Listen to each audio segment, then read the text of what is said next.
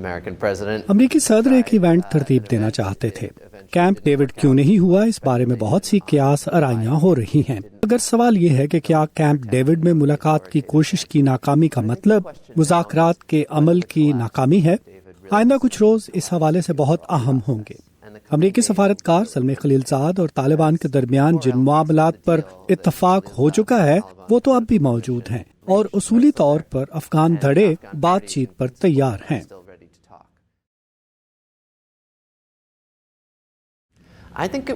یہ تو کافی حد تک طے تھا کہ افغان حکومت مذاکرات میں شرکت کے لیے تیار تھی. اس معاہدے پر ان کے کچھ اعتراضات بھی واضح ہیں.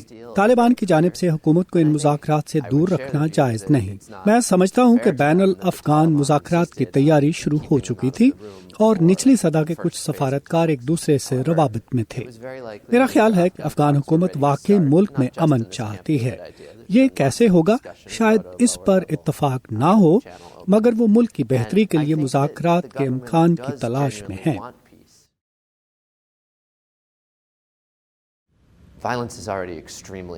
افغانستان میں تشدد کے واقعات انتہائی بلند سطح پر ہیں.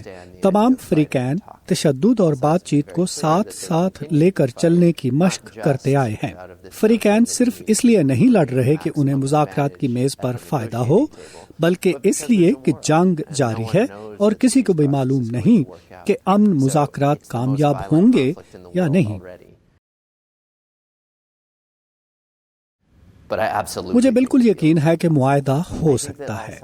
میں سمجھتا ہوں کہ تمام فریق بالآخر معاہدہ چاہتے ہیں. میں سفارتکاری کے میدان میں دیکھ چکا ہوں کہ ایسے بہت سے مشکل مرحلے آتے ہیں جب آپ کو لگتا ہے کہ سب کچھ ختم ہو گیا ہے، مگر بنیادی حقائق پہلے کی طرح اپنی جگہ موجود ہیں. کوئی بھی فریق جنگ کے میدان میں جیت نہیں سکتا اور سب مذاکرات کے ذریعے بہتر حل تلاش کرنا چاہتے ہیں، اور تمام فریق اس بات پر تقریباً متفق ہیں کہ امن کی شکل کیا ہوگی. وہ سب سیاسی نظام میں شرکت کے حامی ہیں، جنگ بندی پر بھی راضی ہیں.